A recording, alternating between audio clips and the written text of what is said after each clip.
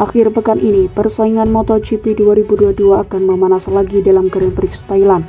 Dari Motegi Jepang, kejuaraan dunia balap motor Grand Prix berlari ke Buriram, Thailand untuk ronde ke-17 musim 2022 pada tanggal 30 September 2022 sampai 2 Oktober.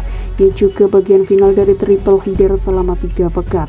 Para favorit peraih gelar MotoGP musim ini memiliki akhir pekan yang tidak ideal dalam GP Jepang. Sang pemimpin klasemen Fabio Quartararo hanya mampu finish ke-8. Sedangkan Alex Espargaro tidak mendapatkan poin karena finish ke-16 menyusul blunder tim sebelum start memaksanya berganti motor dan akhirnya kehilangan kans meraih hasil baik. Situasi di Mobility Resort Motegi bahkan lebih buruk bagi Francesco Pecco Bagnaia. Pembalap Italia itu berada satu grup dengan Quartararo dan Enea Bastianini di lap-lap akhir. Ketika dengan agresif mencoba untuk melewati El Diablo pada lap terakhir, manuvernya di tikungan 3 justru menjadi bumerang. Pecco pun terjatuh dan harus menelan pil pahit, gagal mencetak poin. Itu kali kelima ia tidak finish sepanjang musim 2022. Kesalahan tersebut sangat disesali Bagnaia dan ingin ditebusnya pada putaran selanjutnya pada Grand Prix Thailand akhir pekan ini. Jebolan Akademi VR46 tiba di sirkuit internasional Chang Buriram dengan defisit 18 angka di belakang Quartararo. Tujuannya jelas, yakni kembali berusaha memangkas jarak demi menjaga kans juara. Rider Ducati Francesco Bagnaia tahu betul dirinya butuh balapan bagus dalam Grand Prix Thailand usai mimpi buruk di Motegi. Pecco tidak bisa melakukan error lagi jika ingin menjuarai MotoGP 2022. Saya tak sabar untuk balapan di Thailand lagi. Suasananya selalu luar biasa. Pasti ada banyak fans di lokasi untuk mendukung kami, kata Pecco Bagnaia. Kembali ke trek hanya selang seminggu setelah GP Jepang akan membantu saya mendapatkan balapan hari Minggu lalu di belakang. Pembalap 25 tahun tersebut menambahkan. Pecco juga menantikan jadwal yang normal, kendati hujan diperkirakan tetap bakal mengguyur Buriram. Akhir pekan ini kami bisa mengikuti schedule yang normal, tutur sang rider. Tak seperti di Motegi, kami akan kembali ke jadwal biasanya. Kami siap bekerja keras mulai Jumat agar siap menghadapi dari balapan yang kemungkinannya bakal diguyur hujan.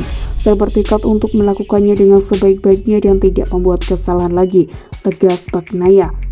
Sementara itu, Quartararo kini berada di atas angin. Selain berhasil memperlebar gap, balapan akhir pekan ini juga akan berlangsung di trek yang disukainya, sirkuit internasional Chang Buriram. Di lintasan sepanjang 4,5 km itu, El Diablo punya rekam jejak yang bagus. Edisi terakhir GP Thailand 2019 lalu, ia meraih pole position dan menyabet podium kedua. Namun Bagnaia dan Espargaro tentu tidak akan tinggal diam. Keduanya berambisi bangkit setelah hasil buruk di Motegi. Ditambah, Marc Marquez menegaskan siap tampil lebih kompetitif.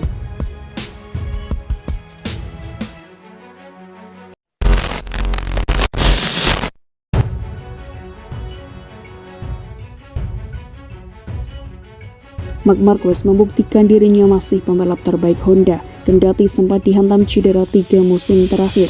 Itu dibuktikan di Motegi ketika The Baby Alien mengamankan posisi keempat. Bintang Repsol Honda Marc Marquez mampu tampil kuat selama akhir pekan Grand Prix Jepang sejak menjalani operasi lengan kanan atas keempatnya awal Juni lalu. Pada Jumat, ia mencetak waktu lap yang kompetitif di trek ring Mobility Resort Motegi dalam latihan bebas pertama FP1. Ia menyelesaikannya di urutan ke-6 dan berjarak sekitar 0,1 detik dari P1. Lalu pada Sabtu yang basah, Marquez bersinar. Ia pembalap tercepat dalam FP2. Kinerja pemilik 6 titel kelas MotoGP berlanjut di kualifikasi. The Baby Alien mengklaim pole pertamanya sejak tahun 2019. Dalam balapan Minggu 25 September yang berlangsung 24 lap, dengan kondisi track ring, ia tetap dapat menjaga performa. Marquez menyelesaikan lomba di P4, hasil yang memuaskannya dan Honda. Perlu diingat, GP Jepang adalah balapan kedua rider 29 tahun itu usai menepi guna menjalani pemulihan pasca operasi. Marquez melewatkan 6 lomba sebelum comeback di Aragon akhir pekan lalu. Saya benar-benar sangat senang, terutama karena ini adalah balapan yang solid serta konsisten. Dan yang lebih penting, saya tidak merasakan sakit sepanjang lomba. Lengan saya memang terasa lamban, saya lelah di akhir race tetapi tidak ada yang sakit. Tentu penting karena itulah saya bisa menyerang Miguel Oliveira di lap terakhir. Sebelum operasi lengan kanan atas keempat, saya selalu kesakitan pada fase akhir balapan. Akibatnya selalu sulit menjaga fokus. Hari ini saya lelah. Meskipun begitu saya memiliki semuanya di bawah kendali. Dengan hasil seperti ini bahkan dalam latihan kepercayaan diri saya meningkat. Secara bertahap saya menjadi lebih tenang. Satu-satunya yang disesali Marc Marquez dari balapan minggu di Motegi, yakni memilih ban belakang soft. Ia berencana untuk menyerang di tahap awal tetapi justru dapat masalah kecil di lap pertama.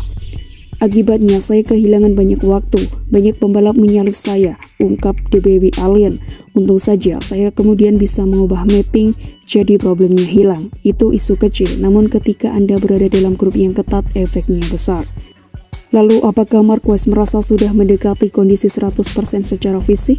Sang rider menggeleng, untuk satu lap saya bisa berkendara seperti yang saya bayangkan, tetapi saat menghadapi momen mengejutkan, misal getaran motor ketika mengerem atau mengubah arah, saya masih kesulitan. Saya masih bisa memperbaiki dan meningkatkannya. Kita juga tidak boleh lupa bahwa ini baru balapan kedua sejak saya kembali, tambah pemilik nomor 93 tersebut.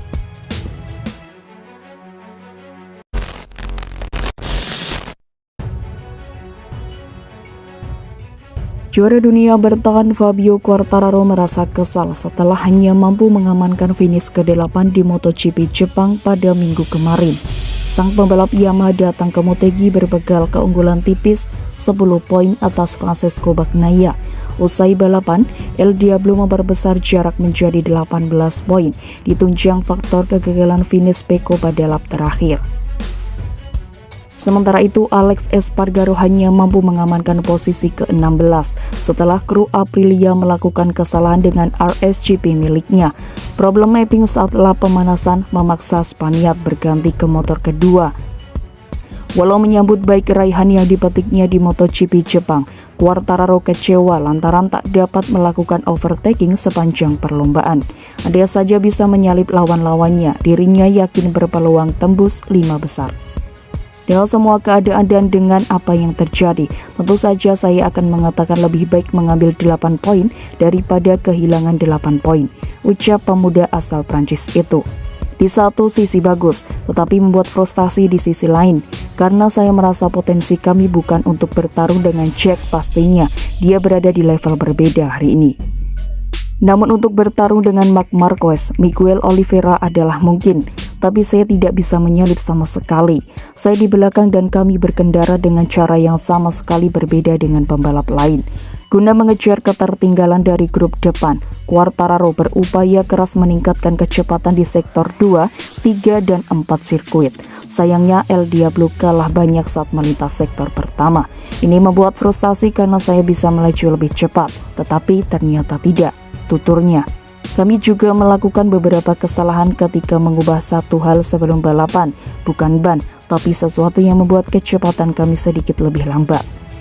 Tak merinci apa perubahan yang berubah ketidakberhasilan tersebut, Quartararo mengakui adalah sebuah kesalahan bagi Yamaha karena mengabaikan ban hard. Terbukti kompon itu membawa Jack Miller ke podium tertinggi. Tentu saja saya melihatnya, saya berpikir cara mereka berkendara sangat cepat dan juga ban belakang hard adalah ban yang tepat, ucapnya.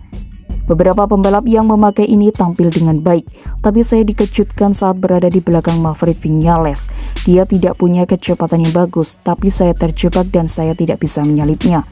Ketika disinggung perihal tersingkirnya Bagnaia, Quartararo mengungkapkan dirinya mendengar suara saat pembalap Ducati ini jatuh dari motornya di tikungan 3. Saya tidak bisa melihatnya, tetapi saya mendengarnya jatuh. Saya kira dia jatuh tidak begitu jauh dari saya, kata pembalap nomor 20 tersebut.